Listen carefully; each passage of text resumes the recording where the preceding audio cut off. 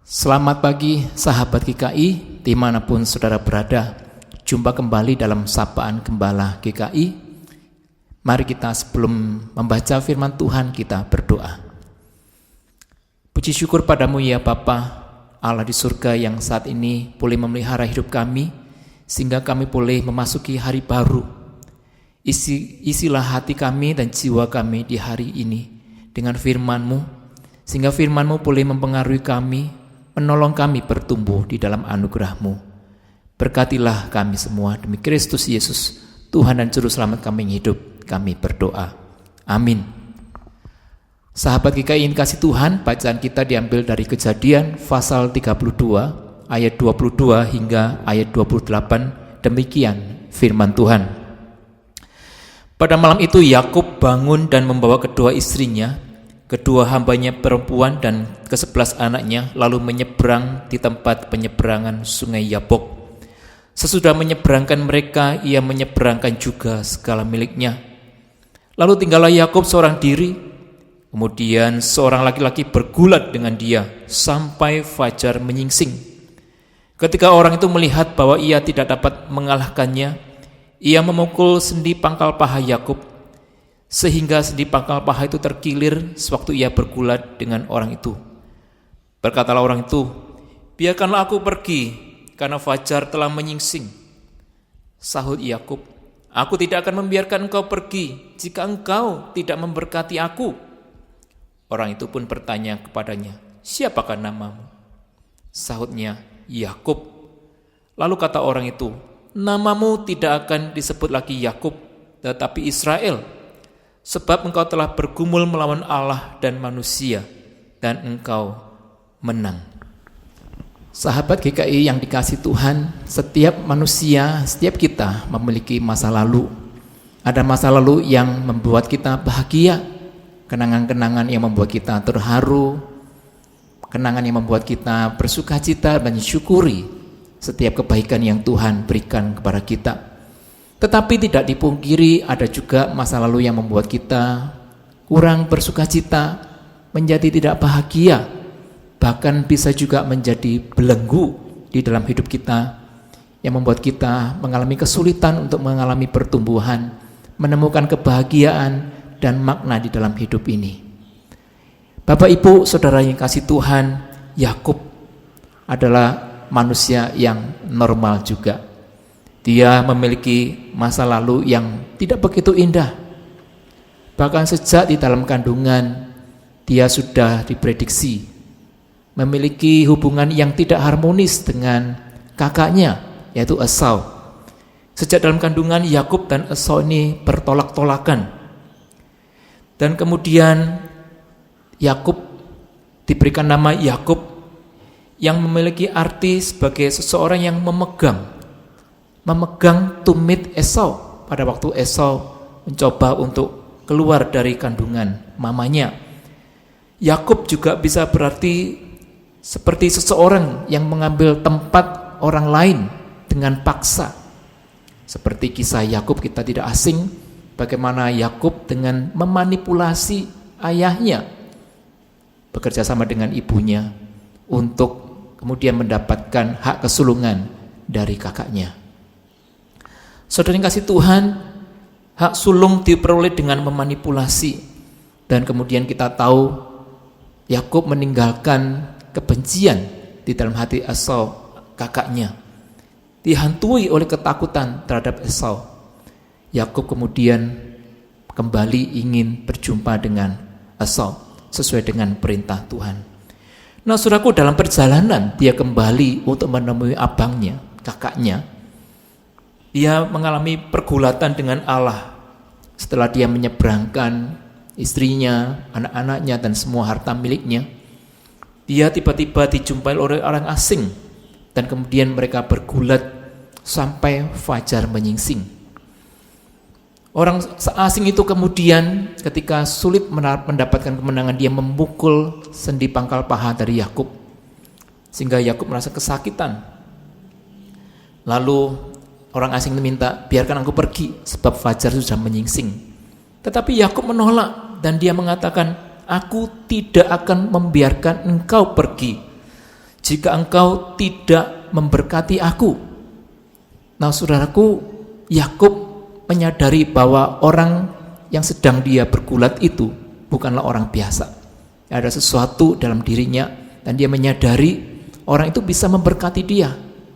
Maka dia memaksa supaya orang itu memberkatinya. Nah berkat ini bukanlah berkat secara jasmani saudara, karena Yakub sudah mengalami berkat jasmani yang berlimpah-limpah. Entah ada ratusan atau ribuan ternak dia miliki dan keluarga yang besar yang Tuhan berikan kepadanya. Berkat ini lebih bagaimana dia mengatasi kegentaran dia untuk menghadapi Esau. Karena bagian sebelumnya kita bisa melihat betapa Yakub ini gentar sekali untuk menemui Esau. Dan dia ingin mendapatkan penyertaan Tuhan, afirmasi dari Tuhan bahwa Tuhan akan menolong dia, menyertai dia untuk menjumpai kakaknya ini. Lalu ketika Yakub meminta orang itu memberkati, justru orang itu menanyakan, siapa namamu? Lalu Yakub memberikan namanya Yakub, dan orang itu kemudian mengubah namanya. Namamu bukan lagi Yakub, tetapi Israel, sebab engkau telah bergumul dan engkau telah menang. Nah saudaraku, nama Yakub yang identik dengan orang yang merampas orang lain dengan cara paksa, ini telah berganti nama menjadi Israel, di mana dia berjumpa dengan Allah, bergumul dengan Allah, untuk dia bisa mengatasi segala kelemahannya bersama dengan Allah. Saudaraku yang kasih Tuhan, ada banyak masa lalu yang bisa saja membuat kita merasa tidak berharga, merasa tidak berarti. Seringkali masa lalu itu membuat kita terpenjara, untuk kita kemudian merasa tidak baik, tidak cukup baik, atau sulit untuk merasa diterima oleh orang lain. Kadang-kadang kita mencoba mengatasi masa lalu ini dengan kita menorehkan berbagai macam prestasi, mencoba untuk diterima orang lain karena kita sudah melakukan banyak hal. Tetapi di dalam hati kita tahu bahwa semua itu adalah cara kita mengatasi sesuatu yang di dalam kita, yang tidak bisa kita selesaikan hanya dengan kita mengukir banyak prestasi. Itulah sebabnya kadang-kadang kita merasa tinggi di atas ketika kita merasa keberhasilan-keberhasilan menolong kita, mendongkrak nilai diri kita.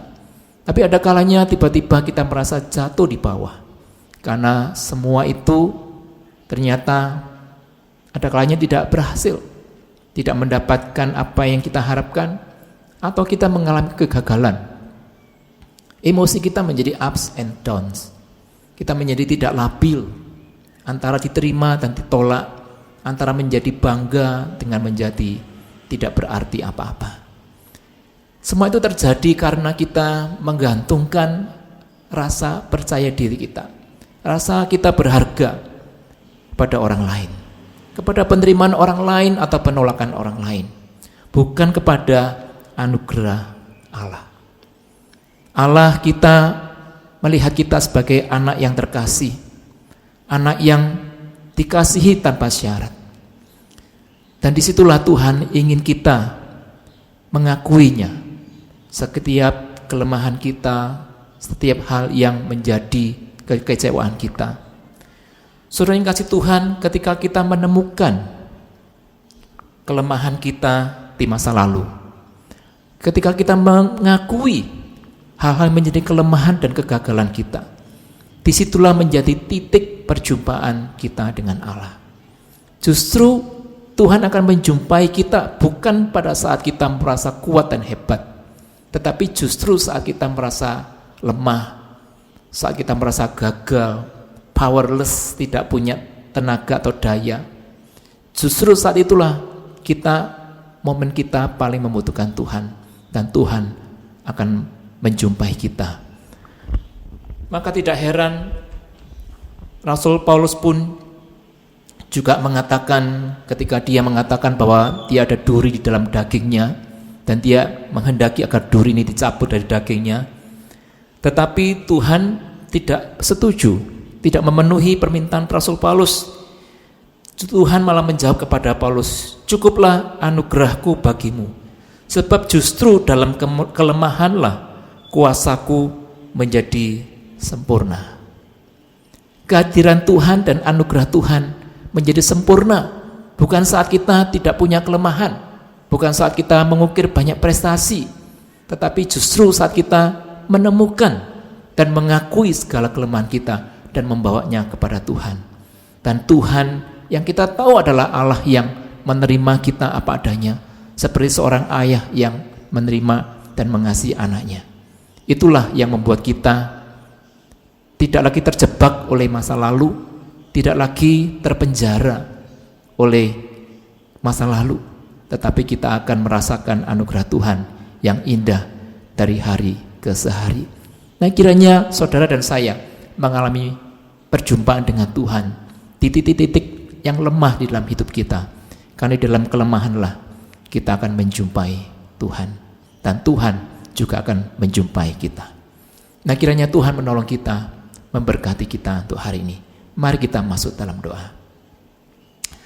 Tuhan, bersyukur Engkau menciptakan kami sempurna, termasuk juga sempurna ketika kami disertai dengan kelemahan-kelemahan kami.